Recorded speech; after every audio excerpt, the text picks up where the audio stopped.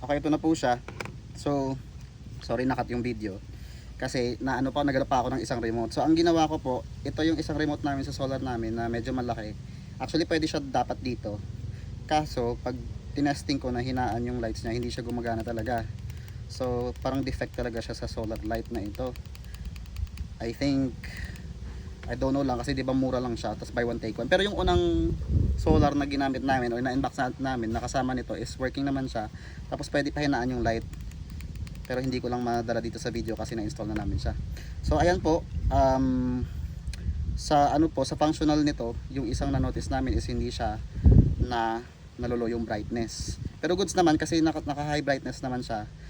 Ang problema lang is, or yung downside nito is may bisyata, maloba to kasi di ba naka-high yung yung light niya. So next po nating i-cover or i-check if working po yung panel nito. So ang gagawin natin is, wait lang, ko muna to. Kasi automatic to siya pag let's say for example na connect natin. Tapos na detect niya na may sunlight, magkukusang off tong yung light niya. Tapos pag nag-off siya, it means gumagana. Tapos isang indicator nagcha-charge siya is parang may pulang nagbi-blink na ilaw mismo sa may niya. Sa may dito. Sa may light. Wait lang. Ayan, namatay siya. So it means working yung yung charging. Ayan siya. Kita ba sa Basta ito yung indicator na nagcha-charge yung yung solar light. Tapos, ewan ko kasi sa experience ko, lahat ng mga solar namin na ganito, kahit buong araw, hindi siya nag-i-stop na mag-blink, like nagbi-blink lang siya. I'm not sure lang kung paano siya malalaman, o paano natin malalaman kung full charge na yung solar niya. So, i-try nga natin takpan yung solar if automatic talaga siya. Ayaw kasi nasa labas kami. So, ang gawin na lang natin is, i-disconnect natin siya.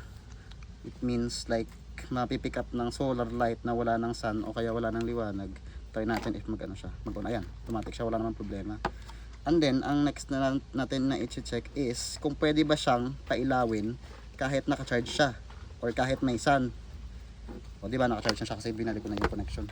So try natin i-on nang naka-charge. O pwede naman pala. Try ko ulit yung brightness kung pwede. Ayaw talaga.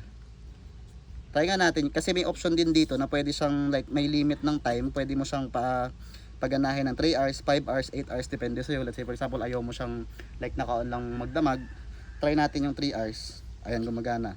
Pag nag-blink yan, it means na pick up ng solar light yung signal ng remote, tapos gagana lang siya ng 3 hours.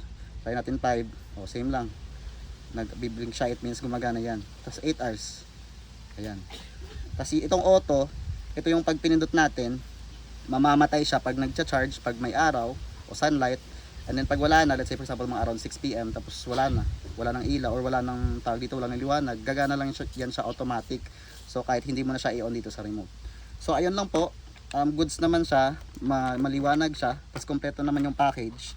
Isang problema lang is hindi siya nasiset sa brightness. I mean hindi siya pwedeng lakasan yung yung ilaw niya o kaya pahinain. So, for today's video, ito lang po yung mako-cover namin. Actually, meron pa kaming isang solar doon na hindi pa na-unbox. Yun, itatry ko muna kung gumagana yung brightness niya. And then, sa next video, i-ano ko din po yun. I-cover or i-film ko din po yun. Thank you so much for watching. If you have questions or comments, just leave it on the comment section down below. Please don't forget to like this video and subscribe. Thank you po. Bye.